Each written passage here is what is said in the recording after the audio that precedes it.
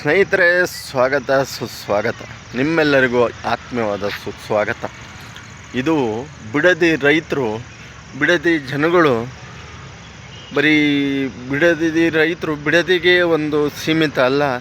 ರೈತರು ಅಂದರೆ ನಮ್ಮ ಕರ್ನಾಟಕಕ್ಕೆಲ್ಲ ಸೇರಿದವರು, ರೈತರು ಅಂದರೆ ನಮ್ಮ ಇಂಡಿಯಾಗೆ ಸೇರಿದವರು, ರೈತರು ಅಂದರೆ ನಮ್ಮ ದೇಶದ ಸೊತ್ತು, ನಮ್ಮ ದೇಶದ ಬೆನ್ನೆಲುಬು.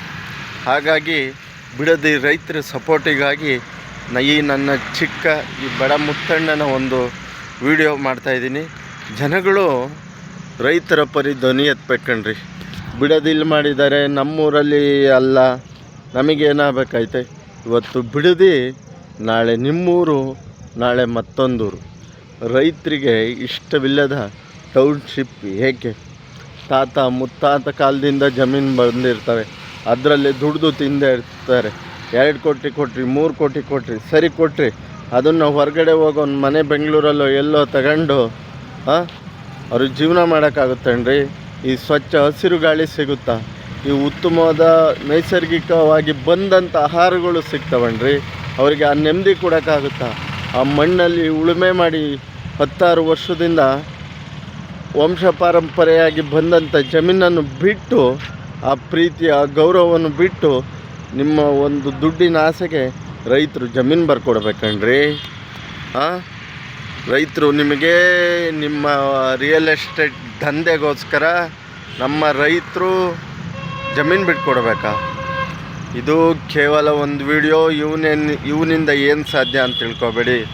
ಒಂದು ವಿಡಿಯೋ ಏನು ಬೇಕಾದ್ರೂ ಆಗುತ್ತೆ. ಒಂದು ಮಾತು ಜನಗಳ ಆತ್ಮಸ್ಥೈರ್ಯವನ್ನು ಎತ್ತಿ ಹಿಡಿಯುತ್ತೆ.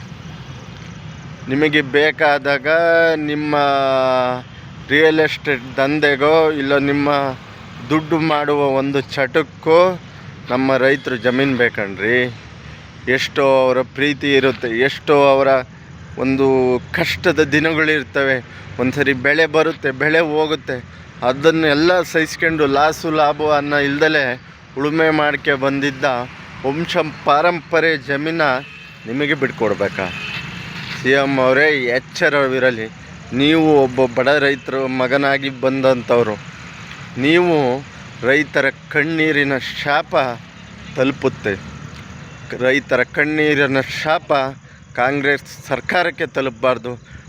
ರೈತರ ಕಣ್ಣೀರಿನ ಶಾಪ ನಿಮ್ಮ ಸರ್ಕಾರಕ್ಕೆ ತಗಲಬಾರ್ದು. ಮಹಿಳೆಯರ ಶಾಪ ನಿಮಗೆ ತಗಲಬಾರ್ದು. ಹಸು ಕರ ದನ ಹೊಡ್ಕೊಂಡು ಎಲ್ಲಿ ಹೋಗ್ತಾರ್ರಿ? 100 ವರ್ಷ 16 ವರ್ಷಗಳಿಂದ ಅವ್ರ ವಂಶದವ್ರು ಉಳಿಸ್ಕೆ ಬಂದ ಜಮೀನನ್ನು ಇಷ್ಟ ಇಲ್ಲದೇ ಇದ್ದರೂ ನೀವು ಕಿತ್ಕೊತೀರ. ಸೋಷಿಯಲ್ ಮೀಡ್ಯಾದಾಗಲಿ ಯಾವುದ್ರಲ್ಲಾಗಲಿ ಜನಗಳು ಮಾತಾಡ್ತಾಯಿರೋ ವೀಡಿಯೋ, ರೋಷದ ವೀಡಿಯೋ ಬರ್ತಾಯಿದ್ದಾವಲ್ಲ, ಅವು ಸುಮ್ಮನೆನಾ?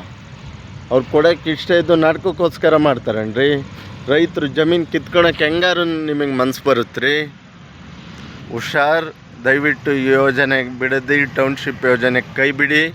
ಮಹಿಳೆಯರ ಶಾಪಕ್ಕೆ ಗುರಿ ಆಗಬೇಡಿ. ಒಂದು ನೊಂದು ನಿಜವಾದ ಸ್ವಚ್ಛ ಮನಸ್ಸಿನ ಹೆಣ್ಣಿನ ಶಾಪ ಇದೆಯಲ್ಲ, ನಿಮಗೆ ತೊಡ್ತೇ ಬಿಡಲ್ಲ ಅಂತ ಹೇಳ್ತಾ ಇಲ್ಲಿಗೆ ಈ ವಿಡಿಯೋ ಮುಗಿಸ್ತಾ ಇದ್ದೀನಿ.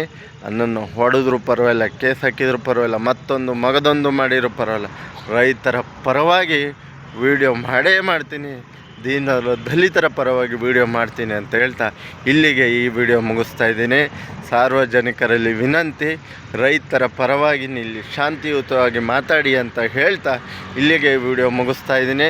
ಏನಾದರೂ ದಯವಿಟ್ಟು ತಪ್ಪಾಗಿದ್ದರೆ ಪದ ಬಳಕೆಯಲ್ಲಿ ಜನಗಳಲ್ಲಿ ಕ್ಷಮೆ ಕೊಡ್ತೀನಿ ಅಂತ ಇಲ್ಲಿಗೆ ವಿಡಿಯೋ ಮುಗಿಸ್ತಾ. ಜೈ ಶ್ರೀರಾಮ್.